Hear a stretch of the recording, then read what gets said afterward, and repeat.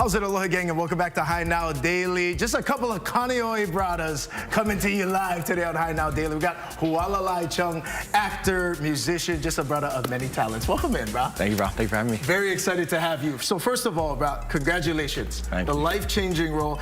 Moni in Moana 2, in the flesh over here. So I wanted to ask you, bro, about being a part of that process with Moana 2. And so how did that role come across your universe and the audition process? Yeah. What was that like, being a local actor and getting this opportunity? Totally. So, I mean, I only got into acting post-COVID, really. I mean, I was raised by a family of actors and entertainment industry people, but actually doing it myself was more so post-COVID, just because, you know, COVID was such a weird time that I figured coming out of it, I was just try everything. Why not, you know? Why not? Don't give up any opportunity that's not yours to give up. It's kind of like the motto, I hope someone wrote that down. That's advice number one. So then what happened? Started, you know, I signed with a local agency and started getting auditions and, you know, blessed to say that I was booking, you know, little things here and there. And then we got this random audition that was completely unlabeled, unlisted. It didn't even have the legit character names, none of that. And we submitted it, you know, like off a whim. And maybe like 3 months later, we got a call from Walt Disney Animation Studio and found out that this was for Moana. And it was crazy, you know, like going into meeting all of our directors and meeting our cast and crew and everything.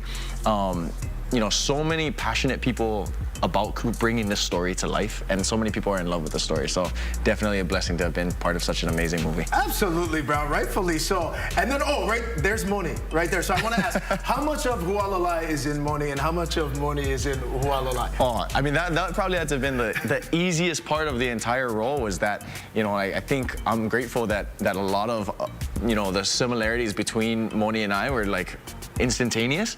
You know, when I had done my initial meet and greet with the cast and crew before being actually offered the role, they'd asked, they're like, oh, tell us a little bit about yourself. And I said, like, oh, I'm a Kaneohe boy, like a born and raised, you know, so I love to tell stories, play games, tell jokes, mess around with my friends. And when I'm not doing any of that, I'm probably out Kaneohe Bay on my boat, you know, and they're just like, that's funny that you pretty much just explained the entire role and we didn't even tell you what it was for. I was just like, oh, okay.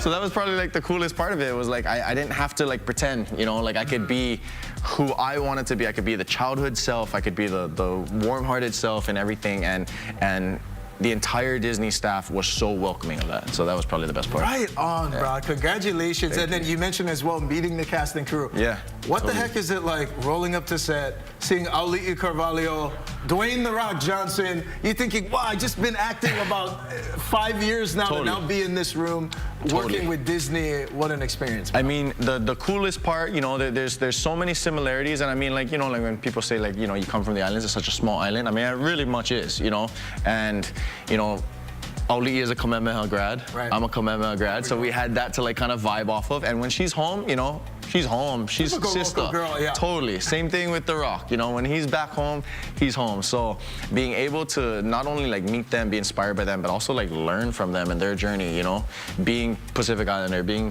Polynesian, new to this realm, you know, that was probably one of the biggest blessings and biggest like learning points that I could take away from this entire experience. Wow, good for you. Okay, so let's talk a little bit about what's to come for you. You've been busy booking different roles and gigs. What does the docket look like for you 2025? Totally. Well, only the stuff that I can talk about, right? Only the stuff we can talk about. We can't tell you guys everything, but just know this brother is he's on the path. Okay, so what can you talk about? What can you share?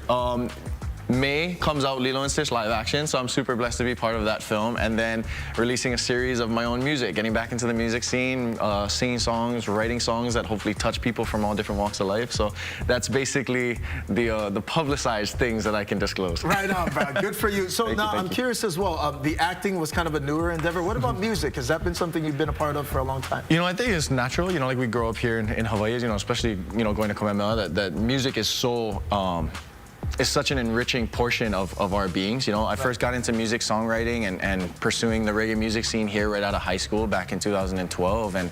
And you know, with Moana coming out and getting into the acting life, you know, it was a great opportunity to throw everything at the wall and see what sticks. So I got back into songwriting and working with some amazing producers, working with some amazing other artists and collaborating.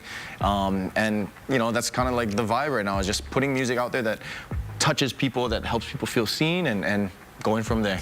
Good for you, and is there maybe one performing art you lean toward more, or is it pretty split between loving what you do in the movie world and then also loving what you do as a singer? I think it's pretty well split. I will always say that my first love, because a lot of people don't know, but I'm also a Samoan fire knife dancer. Yeah, that's right. So that's definitely my first love. What can you not do is probably actually a way shorter list.